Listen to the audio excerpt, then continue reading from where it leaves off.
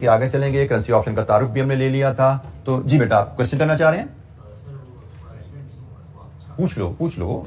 Sir मैं कह रहा हूं कि अगर हम अपनी ट्रांजैक्शन जो है उसको रिस्क पे छोड़ देते हैं और हम स्पेकुलेशन बिजनेस जो एट द अदर साइड है वहां पे हम मतलब अपनी डीलिंग स्टार्ट कर देते हैं, तो यहां से जो हमें एक टाइप का लॉस आ रहा होगा तो वहां से हमें गेन तो आ रहा होगा सर, वो ऑफसेट हो जाएगा। जी, आपने सवाल पूछा कि हमने से एक्सपोर्ट की है और एक्सपोर्ट की है और उस पर हमें डर है कि हमें जो पैसे आएंगे से पाउंड वो 3 महीने बाद कहीं सस्ते दामों ना बिके, हमें उनमें नुकसान ना हो जाए। क्योंकि एक्सपोर्ट में ये डर लगता है ना, हमने फॉरेन करेंसी बेचनी है, कहीं फॉरेन करेंसी सस्ती ना हो जाए, हमें ये डर लगता है। और हम हेजिंग टूल्स की मदद से, अभी तक जो हमने बात की है, हम हेजिंग टूल्स की मदद से अपनी उस अनसर्टेनिटी को खत्म करने की कोशिश कर रहे हैं। हम फॉरवर्ड रेट की मदद से अपने रेट को लॉक कर लेते हैं, हम मनी मार्केट हेज की मदद से अपने रेट को लॉक कर लेते हैं, हम फ्यूचर हेज की मदद से अपने रेट को लॉक कर लेते हैं। आपका कहना है कि हम अगर हेज ना करें, अगर हेज ना करें, सिर्फ एक साइड को देखें, अगर हम हेज ना करें तो वी आर टेकिंग चांस कि पाउंड सस्ता भी हो सकता है, महंगा भी हो सकता है। मतलब वी आर टेकिंग रिस्क, इसको इस तरह कहा जाता है, वी आर टेकिंग रिस्क। भाई ऊपर जाए नीचे जाए, लेट्स वेट। तो हमने रीजन डिस्कस की थी हेजिंग की, क्या है कि भाई रिस्क हमने ना खरीदो फरोख्त में ले लिया हुआ है, तो फॉरेन करेंसी के ऊपर रिस्क ना लो, उसको मैनेज करके चलो। फिर हमने दूसरी बात की कि भाई इस रिस्क को कंपनसेट करने के लिए हम स्पेकुलेशन कर लें फॉरेन एक्सचेंज मार्केट में। तो अगर your dealing in foreign exchange market is backed by actual transaction, then it is not speculation, it is still hedging. ठीक है, आपने मार्केट में कोई डीलिंग की सिर्फ इसलिए कि मेरी एक्चुअल ट्रांजैक्शन का रिस्क कवर हो जाए, तो ये हेजिंग ही तो है। ठीक है, मैंने आपको जो पहले शुरू में बताया था कि फ्यूचर का मैकेनिज्म यहां पे थोड़ा डिस्टॉर्टेड है। असल में फ्यूचर का मैकेनिज्म वही है जो आपने बोल दिया। ठीक है, असल में फ्यूचर का मैकेनिज्म वही है, उसकी वर्किंग इंशाअल्लाह हम C5 में सीखेंगे। स्पेकुलेशन, प्योर स्पेकुलेशन तब है when it is not backed by actual transaction. आप सीधा सट्टेबाजी शुरू कर दो, डॉलर खरीद लो कि महंगा हो तो बेचेंगे, दैट इज स्पेकुलेशन। जी, any other question on currency futures and options? Option का हमने सिर्फ तारुफ लिया था। हमने बात की थी कि ऑप्शन दो तरह की होती हैं। Call option gives the company right to buy the currency, put option gives the company to sell the currency, foreign currency. और किस प्राइस पे बाइंग सेलिंग करना, उसको हम स्ट्राइक प्राइस या एक्सरसाइज प्राइस कहते हैं। और हमने कहा था जब आप एक ऑप्शन ले लेते हैं फिर आप अपनी डेट का, फाइनल डेट का इंतजार करते हैं। उस डेट को आप देखेंगे कि मार्केट का रेट क्या और मेरे पास ऑप्शन क्या अवेलेबल है किस रेट की। अगर आपको लगे कि मार्केट का रेट आपको अच्छा सस्ता पड़ रहा है तो मार्केट में जाके ट्रांजैक्शन कर लेना, ऑप्शन एक्सरसाइज ना करना। हम इसके कहते हैं ऑप्शन लैप्स होने देना। अगर आपको लगे मार्केट में चीज आपकी फेवर में नहीं है, ऑप्शन का रेट अच्छा है, तो ऑप्शन एक्सरसाइज कर लेना।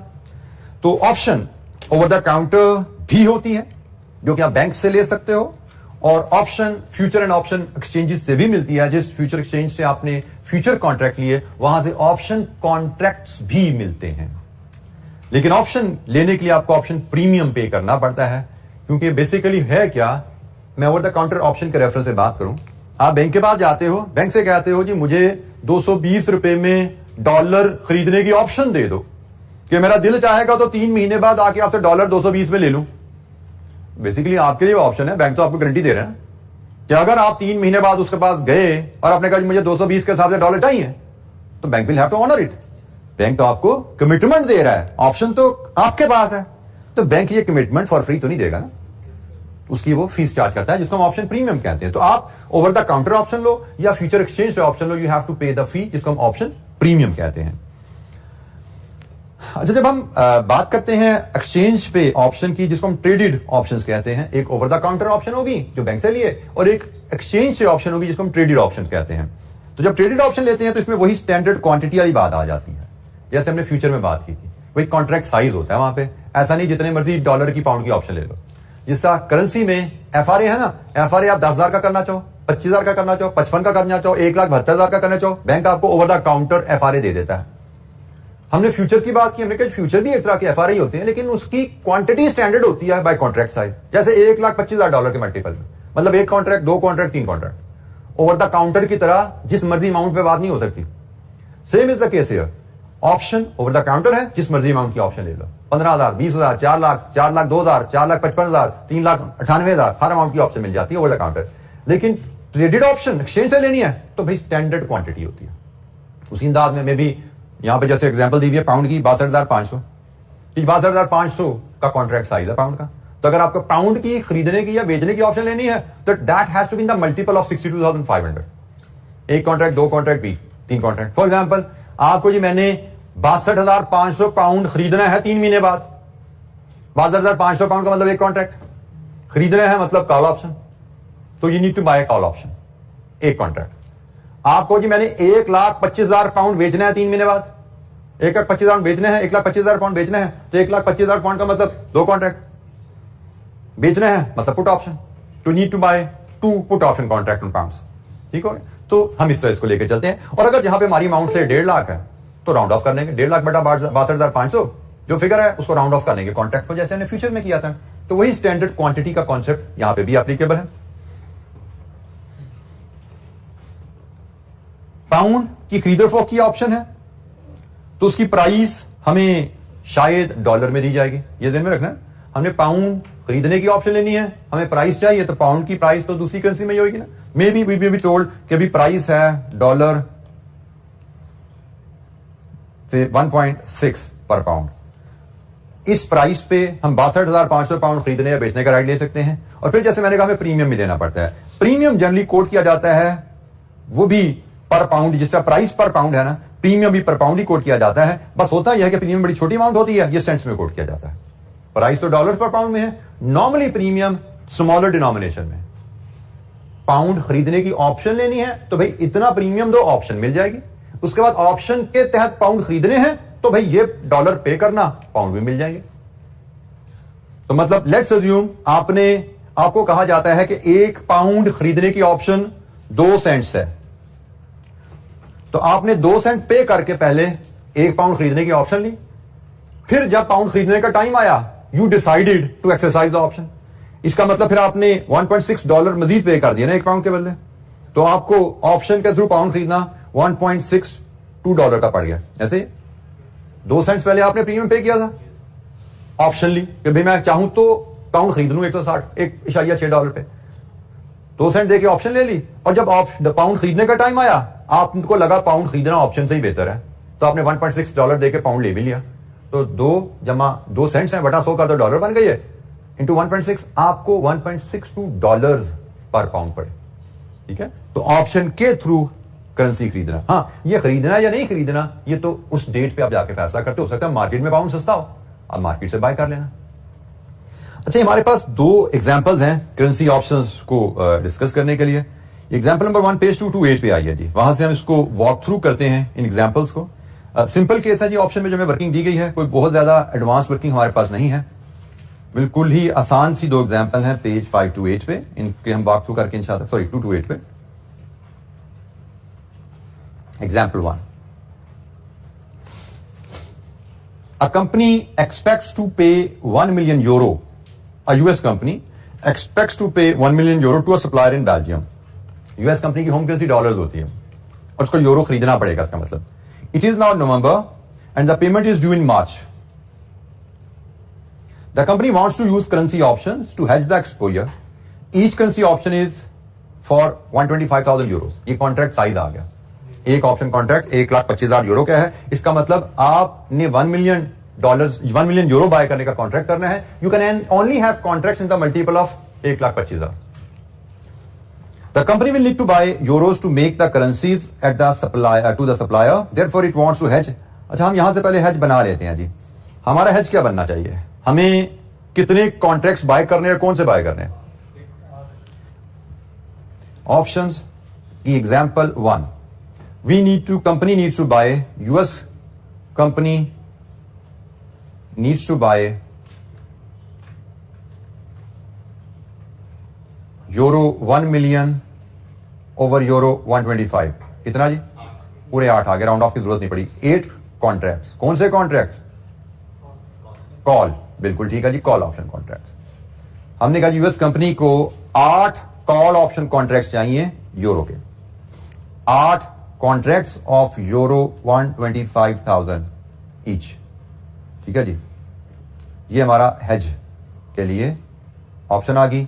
बाय 8 कॉन्ट्रैक्ट्स कॉल ऑप्शन के 125,000 ईच, जहां से हमारा हेज बनता है। मजीद आगे कहानी पढ़ते हैं, क्या है?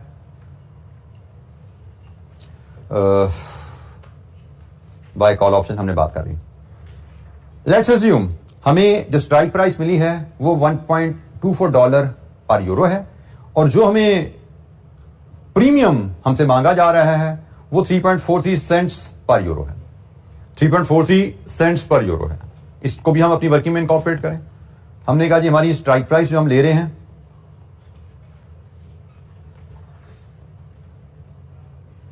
इट इज $1.2400 पर यूरो है, और प्रीमियम हमारा है 3.43 सेंट्स पर यूरो। अच्छा, हेज बनाने के लिए ना आपने ये चूज कर लिया कि भाई मुझे इस प्राइस के 8 कॉन्ट्रैक्ट्स चाहिए, और आपको मार्केट ने बता दिया कि भाई इस प्राइस का प्रीमियम, अगर ये इस प्राइस पे आपको प्रीमियम, इसको कॉन्ट्रैक्ट चाहिए तो प्रीमियम आपको पे करना पड़ेगा 3.43 सेंट्स। अब ऑप्शन हेज में हमसे जो सवाल पूछा जा सकता है, what is total cost of hedge, cost of setting up hedge. कि भाई अगर ये आपने हेज बनाने हैं तो इसको सेटअप करने की कॉस्ट क्या हो सकती है आपकी? तो हम कहेंगे जी हमें 8 कॉन्ट्रैक्ट्स 125,000 यूरो के लेने हैं, और 1 यूरो, हमें इतने यूरो के कॉन्ट्रैक्ट लेने हैं ना, 1 यूरो का कॉन्ट्रैक्ट 3.43 सेंट ओवर 100 कर दो, डॉलर बन जाता है। तो कितने बन गए जी टोटल डॉलर? ये आपका प्रीमियम डॉलर्स में आ जाएगा। कितना जी बेटा? ये $34,300। ये मैं फिर आपको याद करा दूं, फॉरेन करेंसी में कोई अमाउंट साइन के बगैर ना लिखी जाए। हमने डॉलर खरीदने का एग्रीमेंट कर रहे हैं जिसकी हमें प्रीमियम कीमत पे करनी पड़ रही है, तो यूरो खरीदने का एग्रीमेंट कर रहे हैं जिसकी कीमत हमें प्रीमियम पे करनी पड़ रही है। यूरो खरीदने की कीमत डॉलर में, प्रीमियम भी डॉलर में, और यूरो की कीमत भी डॉलर में। सेंट्स है ना, ये भी डॉलर ही बनते हैं ना। तो यूरो की ऑप्शन ले रहे हैं, प्रीमियम भी डॉलर में देना पड़ेगा, और लेटर ऑन अगर आपने फैसला किया यूरो खरीदने का तो कीमत भी डॉलर में देनी पड़ती है। ठीक है, never ever write any value without a currency sign. 8 contract into euro 1,25,000। ये चलिए यहां पे मैं सेंट्स भी लगा देता हूं, ये सेंट्स डिवाइड बाय 100 कर दिया, डॉलर बन गए। तो ये क्वांटिटी है, कितने यूरो खरीद रहे हैं, ये उसकी प्रीमियम की कीमत है, क्वांटिटी इंटू प्राइस। यहां पे ना अक्सर बच्चे कंफ्यूज हो जाते हैं कि भाई सर यहां पे यूरो लगना है डॉलर लगना है। तो रूल इज वेरी सिंपल, ये क्वांटिटी है जो खरीद रहे हो और ये प्राइस है, तो अमाउंट तो प्राइस की डिनोमिनेशन में निकलती है ना। गंदम इंटू रुपीस करते हो तो रुपीस बनते हैं ना, गंदम तो नहीं बन जाती। तो ये खरीद रहे हो आप, ये कीमत है, तो कीमत जिस डिनोमिनेशन में होती है अमाउंट उस डिनोमिनेशन बनती है। बड़ा सीधा सा असूल है। 2 करेंसी साइन कैसे अक्सर बच्चों को कंफ्यूजन आती है, यहां पे क्या लगना है। तो असूल इज वेरी सिंपल, कीमत जिस करेंसी डिनोमिनेशन में है वही डिनोमिनेशन अमाउंट के साथ लगनी है। ये डिनोमिनेशन कीमत हमारी सेंट्स या डॉलर में है, हमने इसको डॉलर में कन्वर्ट कर लिया तो प्राइस वैल्यू हमारी डॉलर में आ गई। अच्छा जी, this is called setting up hedge. ये हमारा हेज सेटअप हो गया। हमने 8 कॉल ऑप्शन कॉन्ट्रैक्ट्स 1,25,000 यूरो के बाय किए और उसका हमें ये प्रीमियम पे करना पड़ा। हेज सेटअप हो गया। अच्छा, जब हम इसकी रिक्वायरमेंट पढ़ते हैं, रिक्वायरमेंट अभी हमने पढ़ी नहीं है इसकी रिक्वायरमेंट है इस इलस्ट्रेशन की, evaluate the result of the hedge if spot rate in March is case number 1, case number 2।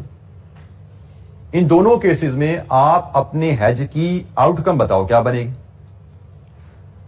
हम पहले केस देखते हैं, केस नंबर 1।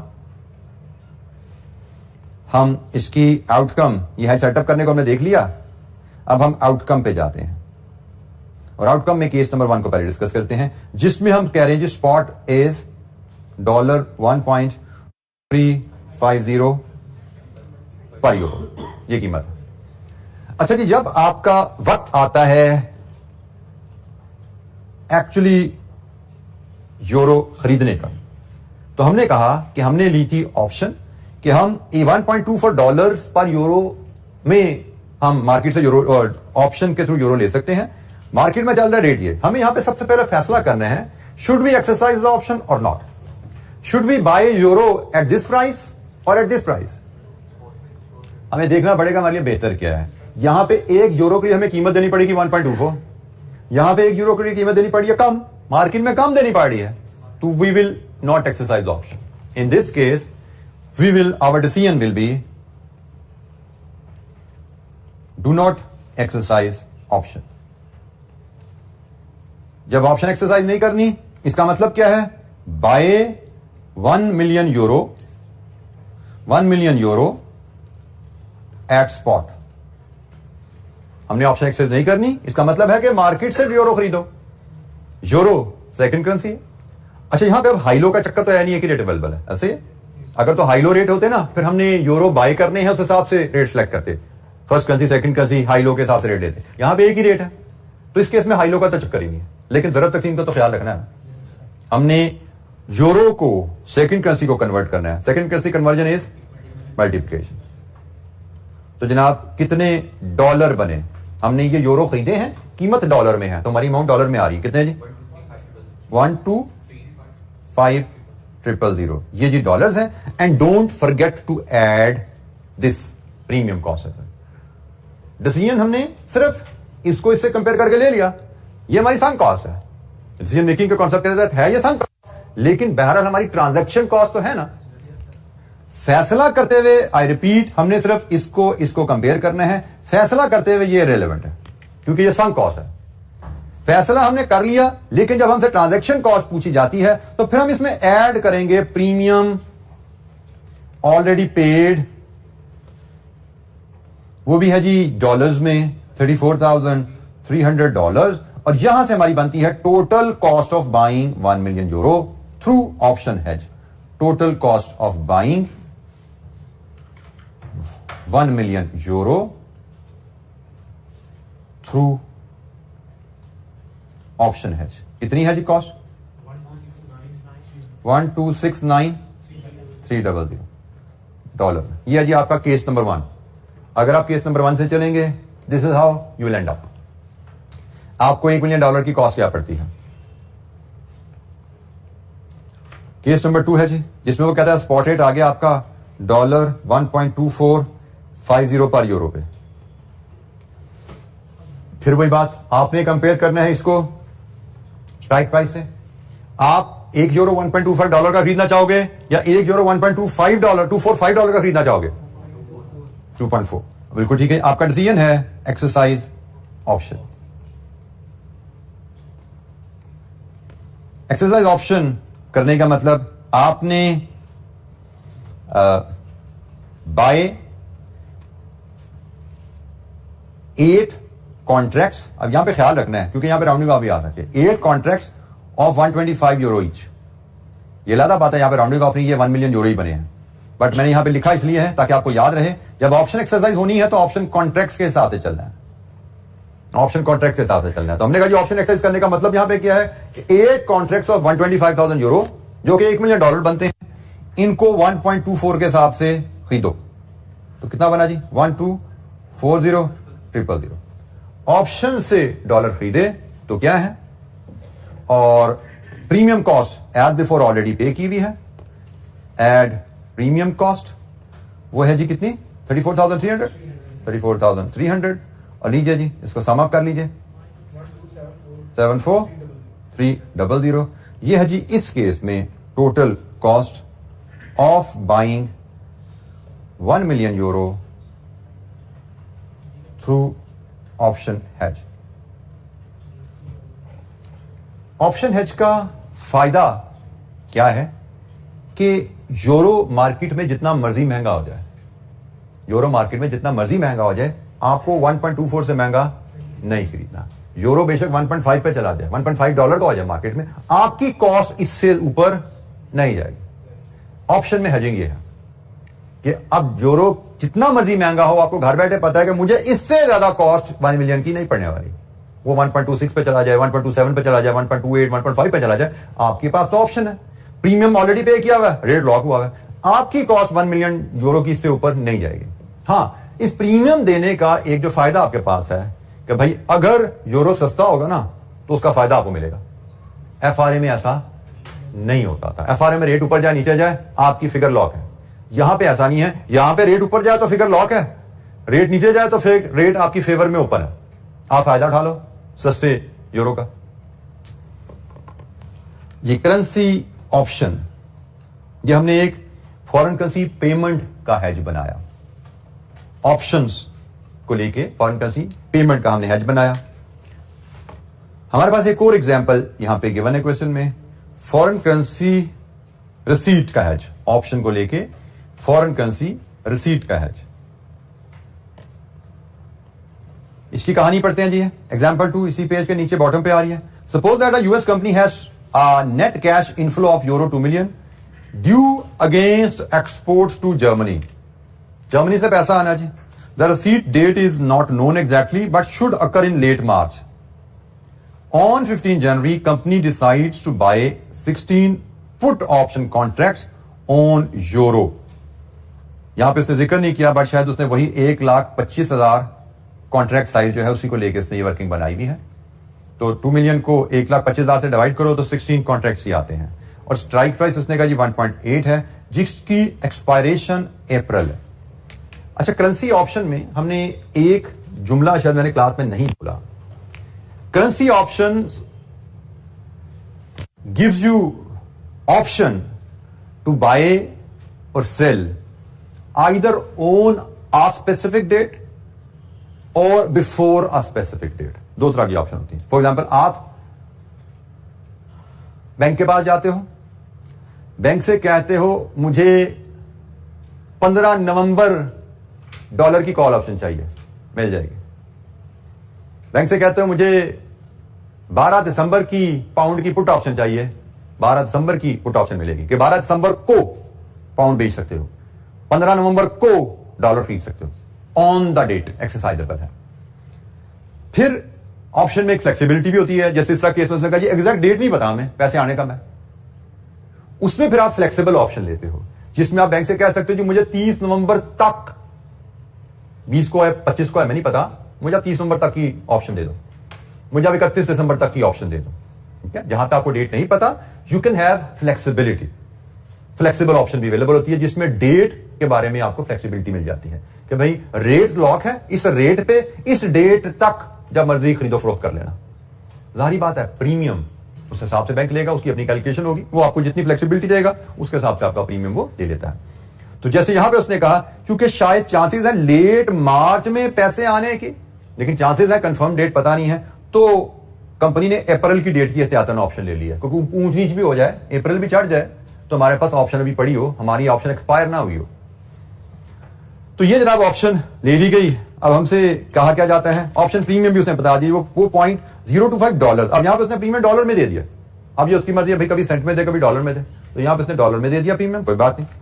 तो डॉलर में प्रीमियम है, उसके हिसाब से जो प्रीमियम कॉस्ट बनेगी, मैं अगर यहीं पे आपकी प्रीमियम कॉस्ट कैलकुलेट करूं, चलें हम आंसर शीट पे आ जाते हैं, हम इस हेज को प्रॉपर बनाते हैं अगर, तो हम जनाब पहले हम हेज को सेटअप करेंगे। हम आज की तारीख क्या उसने बताइए आज की तारीख, एग्जाम्पल 2 15 जनवरी 15 जनवरी आज, तो हमने 15 जनवरी को करने हैं जी बाय पुट ऑप्शन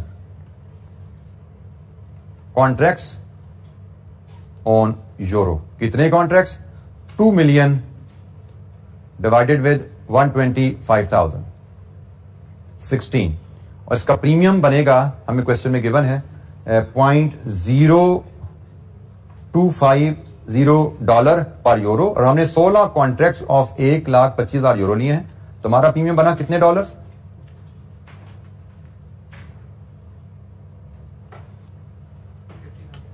$50,000। ये जी हमारा हेज सेटअप हो गया। हमने डॉलर यूरो रिसीवेबल को हेज करने के लिए, रिसीवेबल है तो हमें यूरो सेल करने हैं, हमें सेल करने के लिए पुट ऑप्शन चाहिए, पुट ऑप्शन कॉन्ट्रैक्ट्स लिए यूरो के, इसकी हम डेट लिखना भूल गए, डेटेड अप्रैल डेट के हमने कॉन्ट्रैक्ट लिए, और 2,125,000 डिवाइड किया, 16 कॉन्ट्रैक्ट्स लिए, और 16 कॉन्ट्रैक्ट्स 25,000 यूरो, 1,25,000 यूरो के हिसाब से टोटल जितने यूरो के कॉन्ट्रैक्ट्स हैं, ये प्रीमियम है जी डॉलर पर यूरो में, तो टोटल प्रीमियम 50,000। इसके बाद हमें 2 केसेस दिए गए हैं, हमसे कहा गया है आउटकम जो आपकी आ रही है इन मार्च, 2 केसेस हैं जी। केस नंबर 1 आपका स्पॉट आ जाए डॉलर पर यूरो में 1.5725। हम इसके हिसाब से पहले बात कर लेते हैं जी। हमारी स्ट्राइक प्राइस क्या थी? यूरो डॉलर पर यूरो 1.58। अच्छा जी, हमें यूरो खरीदने के लिए ऑप्शन है 1.58 पे डॉलर दे के यूरो ले सकते हैं। मार्केट में 1.5725 का। What is your decision? Dollar buy करने हैं तो जहां से सस्ता मिल रहा है वहां से लेंगे ना। पहले हमने यूरो बाय करने, पहले हमने यूरो बेचने थे, जहां पे ज्यादा महंगा बिकता था वहां पे गए थे हम। पिछले केस में हमने यूरो बेचने थे, जहां पे महंगा बिक रहा था हम उधर को गए थे। सॉरी, ये हम क्या बात कर रहे हैं यार? मैं उल्टी बात कर रहा हूं। मैं पहले पेमेंट का केस था, ये रिसीट का केस है। हमने यूरो सेल करने हैं भाई, तो यहां पे यूरो बेचते हो कितने डॉलर मिलेंगे, इधर यूरो बेचते हो कितने डॉलर मिलेंगे। What is your decision? Exercise option हमारी सेल की ट्रांजैक्शन है, जहां पे हमें ज्यादा प्रोसीड मिल रही है वो बेहतर है। जब हमारी परचेज की ट्रांजैक्शन है जहां पे कम कॉस्ट है वो अच्छी है, जब सेल की ट्रांजैक्शन है जहां पे ज्यादा प्रोसीड है वो अच्छी है। तो हमारा डिसीजन है एक्सरसाइज ऑप्शन। एक्सरसाइज ऑप्शन का मतलब क्या है कि sell 16 contracts of 125,000 euro. Option जब भी एक्सरसाइज होनी है तो ऑप्शन कॉन्ट्रैक्ट के हिसाब से चलिए। इतने यूरो के कॉन्ट्रैक्ट्स हैं, ये यूरो बेचिए और बेचिए आप 1.58 डॉलर के हिसाब से। तो कितने डॉलर मिले जी? अब यहां पर जरा तवज्जो रखिएगा, हमें डॉलर मिले कितने? 3160000। ये आपको डॉलर मिले। जिस तरह पीछे प्रीमियम एडजस्ट किया था, यहां पे प्रीमियम एडजस्ट होना है। पर फर्क क्या है कि ये प्रोसीड्स हैं, प्रीमियम बिल्कुल ठीक है जी, इसमें से हम लेस करेंगे। प्रीमियम लेस किया 50,000 का, तो यहां पे हम लिखते हैं जी नेट प्रोसीड्स। हमारी नेट प्रोसीड्स इस केस में कितनी बनती है जी? 3110000। यह है जी outcome of hedge under case 1। Case 1 में हमारी हेज की आउटकम क्या बनेगी? हम यूरो बेचना चाह रहे हैं, जहां पे यूरो के बदले ज्यादा, 1 यूरो के बदले ज्यादा डॉलर मिलेंगे, वो ऑप्शन बेहतर है। ऑप्शन के थ्रू हमें 1 यूरो के बदले 1.58 डॉलर मिलने थे, मार्केट में 1 यूरो के बदले 1.5725 डॉलर मिलने थे। तो जहां पे प्रोसीड ज्यादा हम उधर गए। हमने कहा जी एक्सरसाइज ऑप्शन। एक्सरसाइज ऑप्शन करने का मतलब 16 कॉन्ट्रैक्ट्स ऑफ 125,000 यूरो एक्सरसाइज कीजिए, इतने पैसे मिले। और ये आपने उनका प्रीमियम कॉन्ट्रैक्ट्स के अगेंस्ट आपने ये यूरो बेच दिए और इनका प्रीमियम जो पहले पे किया था वो लेस कर दिया, ताकि आपको नेट प्रोसीड्स मिल जाए। ऑप्शन हेज के थ्रू आप अपने 2 मिलियन यूरो के अगेंस्ट कितने डॉलर ले पाए अंडर केस नंबर 1।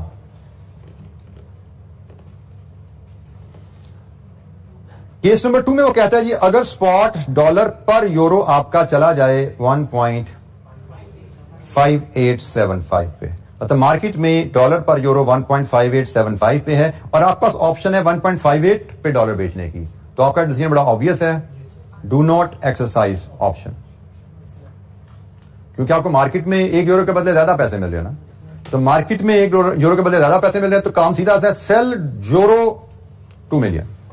अब यहां पे ख्याल रखना है आपने, जब हमने कहा ऑप्शन के थ्रू यूरो बेचो तो हमने ऑप्शन कॉन्ट्रैक्ट्स का हिसाब रखा है। जब हमने कहा मार्केट में यूरो बेचो तो जो एक्चुअल यूरो हमारे हाथ में हमने उनका हिसाब रखा है। यह अलग बात है कि यहां पे ऑप्शन भी हमारे कॉन्ट्रैक्ट 2 मिलियन के थे और एक्चुअली भी 2 मिलियन यूरो है। बट मेक अ हैबिट, आप इस तरह इसको एक्सप्रेस करें। क्यों? उसमें मैं थोड़ी देर में कोई ना कोई बात मैं आपके साथ कर लेता हूं अभी। तो चल 2 मिलियन यूरो मल्टीप्लाई होना है 1.5875 से, कितने डॉलर? 3175000। एज बिफोर प्रीमियम 50,000 इसमें से लेस कर दीजिए, 3125000।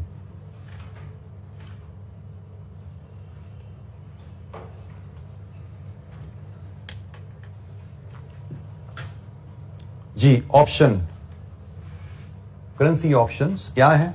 Currency option premium, currency option को कैसे एक्सरसाइज किया जाता है?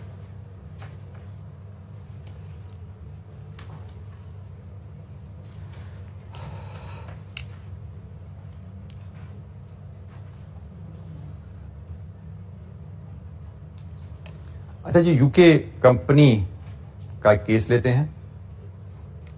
मैं एक छोटी सी एग्जांपल और बनाता हूं यहां पे आपके लिए। एक यूके कंपनी है जिसका रिसीवेबल है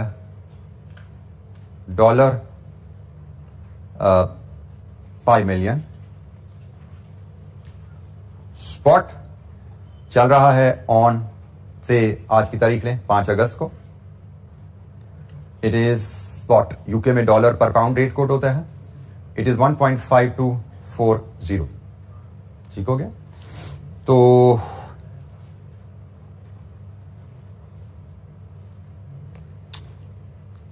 डॉलर ऑप्शन कॉन्ट्रैक्ट्स इज से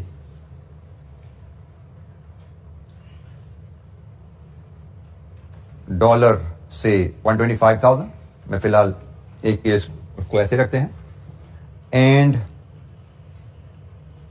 strike price available is 1.5250 dollar पर पाउंड. प्रीमियम इज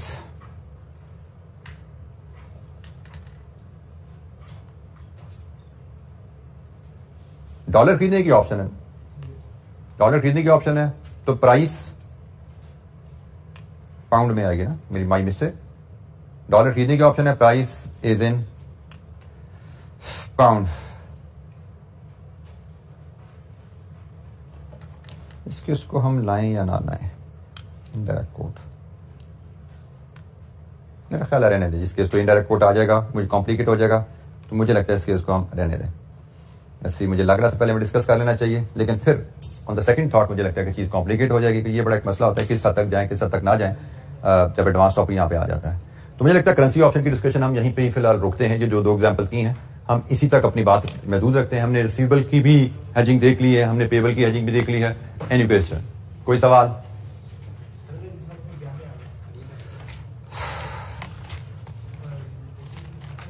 बेटा मैं फिर कह रहा हूँ कि अब ये we have to maintain a balance. हमें आपको थोड़ा बैलेंस रखना पड़ेगा, क्योंकि मुझे लगता है कि मैं मेरे ज़हन में आ रहा था ये पॉइंट मैं इसको शुरू करूं, लेकिन मेरे ख्याल से इसमें एक वेरिएबल हिट होगा. लेकिन जब मैंने केस बनाना शुरू किया तो एक से ज़्यादा वेरिएबल आने शुरू हो गए थे. तो वो फिर मुझे लगता है कि शायद वो बात बढ़ जाएगी, वो ज़्यादा बढ़ जाएगी. तो मुझे लगता है कि शायद हमें फिलहाल जो हमारा स्कोप डिफाइंड है उससे आगे निकल जाती है. तो हम क्वेश्चंस को देखेंगे. अगर हमें क्वेश्चन ऐसा नजर आया जिसमें ऐसी बात की गई तो उसके मुताबिक हम अपनी लर्निंग को एक्सटेंड कर देंगे. जैसे हमने क्वेश्चन नंबर कल क्लास में कौन सा 5 तो देख लिया था, 4 भी कर लिया था, 5 भी कर लिया था. करेंसी पे उसने मेरे को क्वेश्चन दिया नहीं हुआ, करेंसी ऑप्शन पे मेरे क्वेश्चन दिया नहीं हुआ. मैं इसमें एडवाइस आपसे यही करूंगा इस एरिया में कि जो बेसिक इलस्ट्रेशन हम कर रहे हैं, जितनी प्रैक्टिस क्लास में कर रहे हैं, इन्हीं को कंसेप्चुअली अब्सॉर्ब करके रिवाइज कीजिएगा. एक्सटेंसिव प्रैक्टिस इसमें आपको मतलब कहने को आप मुझसे पूछो तो इसमें तो मैं तो आपको BFD के या ACCA के बेतहाशा सवाल दे सकता हूं, बट वो स्कोप बढ़ता जाता है और मुझे लगता है शायद हम वो स्कोप से बाहर हो जाएंगे. हमें बेसिक कैलकुलेशंस की ही हद तक अपने आप को रखना है. और वो कॉन्सेप्ट बहुत ही सिंपल कॉन्सेप्ट यहाँ पे हमने फ्यूचर के भी पढ़े हैं, ऑप्शन के भी पढ़े हैं. और मुझे लगता है हम इसी हद में ही इस कॉन्सेप्ट को ध्यान में रखें कि कॉल ऑप्शन होती है, पुट ऑप्शन होती है, स्ट्राइक प्राइस होती है, premium cost of setting of hedge कैसे निकाला जाता है और स्पॉट रेट को कंपेयर करके फैसला कैसे किया जाता है. ये डायरेक्ट कोर्ट के साथ उसने केस नहीं, हम डायरेक्ट कोर्ट के साथ इसको डिस्कस करते हैं, क्योंकि इनडायरेक्ट कोर्ट में जैसे मैंने कहा एक नहीं 2-3 वेरिएबल आ जाते हैं. तो मैं फिर उनको मुझे लगा कि शायद हमें नहीं छेड़ना चाहिए. मैं जो अक्सर पूछता नहीं आपसे, आप भी अक्सर सवाल अगर सवाल पूछते अगर ऐसा हो जाए, तो मैं भी अगर करके सवाल बनाने लगा था, लेकिन ऑन द स्पॉट बना रहा था. तो अगर मैं वेरिएबल को गेज नहीं कर पाया, ज्यादा वेरिएबल हिल रहे थे, इसलिए वो इंपॉसिबल हो जाना था सवाल, या आपके लिए बहुत टफ हो जाना था कि मैं सारे वेरिएबल डाल देता. इसलिए मैंने उसको होल्ड कर लिया कि नहीं भाई वो रहने दो. मुझे लगता है कि फिलहाल हम यहीं तक इस डिस्कशन को रखते हैं. अच्छा, करेंसी पर डिस्कशन हमारी खत्म है. हमने, अगर आपको याद हो, बात शुरू हुई थी मार्केट रिस्क के ऊपर. हम मार्केट रिस्क को डिस्कस कर रहे हैं. 3 तरह के रिस्क होते हैं. फाइनेंशियल रिस्क 3 तरह के हैं, एक मार्केट रिस्क, एक क्रेडिट रिस्क, एक लिक्विडिटी रिस्क. हमने मार्केट रिस्क का जो पहला कंपोनेंट है फॉरेन एक्सचेंज रिस्क, यही कवर किया है. बेसिकली हमारे सिलेबस में कहो तो 90% 95% मार्केट रिस्क है. और मार्केट रिस्क का आप मेजर कंपोनेंट आप कह सकते हैं कि जो 50% ऑफ द सिलेबस है हमने मार्केट रिस्क का वो कवर कर लिया है.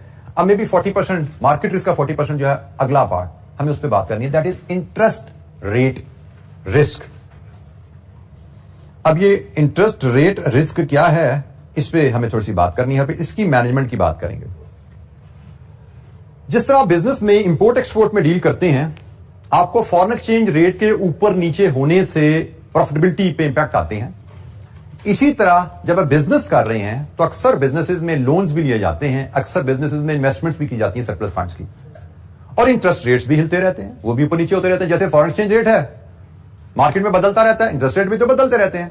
बस फर्क यह है कि फॉरेन एक्सचेंज रेट के फैक्टर्स कुछ और होते हैं, इंटरेस्ट रेट के फैक्टर्स कुछ और होते हैं, लेकिन इंटरेस्ट रेट ऊपर नीचे होता रहता है. जैसे आजकल हमारी बात होती है, अक्सर पहले भी हुई है, कि हमारी कंट्री में इसका interest rates are at much higher level. ठीक है, बढ़ते जा रहे थे कुछ अरसे से, बढ़ते बढ़ते बहुत ऊपर गए में हैं और यही कल को नीचे भी आने शुरू हो जाएंगे। तो इंटरेस्ट रेट में उतार चढ़ाव आता रहता है। यूजुअली जो स्टेट बैंक होता है वो एवरी मंथ एंड पे वो डिटरमिन करता है इकोनॉमिक स्टेट क्या चल रही है, उसको मॉनेटरी फंड्स को कैसे कंट्रोल करना है, उसके हिसाब से वो चीजों को मैनिपुलेट करता है या मॉनिटर करता है, कंट्रोल करता है। अब स्टेट बैंक ने इंटरेस्ट रेट ऊपर किया नीचे किया, कंपनीज की सेहत पे इसके असरात आ जाते हैं। फॉर एग्जाम्पल कैश बजट का कॉन्सेप्ट हमने पढ़ा हुआ है। कैश बजट का मकसद क्या होता है? मेन मकसद कैश बजट का होता है कि कंपनी अपनी कैश फ्लो पोजीशन फोरकास्ट कर सके आने वाले वक्तों में। आप आज अगर दिसंबर तक का कैश बजट बना रहे हो तो आप देख पाओ दिसंबर तक मुझे कितना सरप्लस या शॉर्टेज आने वाली है, सो दैट अगर सरप्लस आने वाला है तो उसकी कोई इन्वेस्टमेंट का बंदोबस्त किया जा सके, अगर शॉर्टेज आने वाली है तो उसके लिए कोई लोन या फाइनेंस अरेंज करने का बंदोबस्त किया जा सके, हमें ऑन द डे सरप्राइज ना मिले। बजटिंग का मकसद है आप फोरसी कर लेते हो अपनी रिक्वायरमेंट और उसके मुताबिक अरेंजमेंट कर लेते हो। अब इसमें चैलेंज क्या आता है जब हम इंटरेस्ट रेट रिस्क से जुड़ते हैं? हमने बजट बनाया, हमें पता लग गया कि नवंबर दिसंबर 2 महीने के लिए हमें 10 मिलियन का उधार लेना पड़ेगा।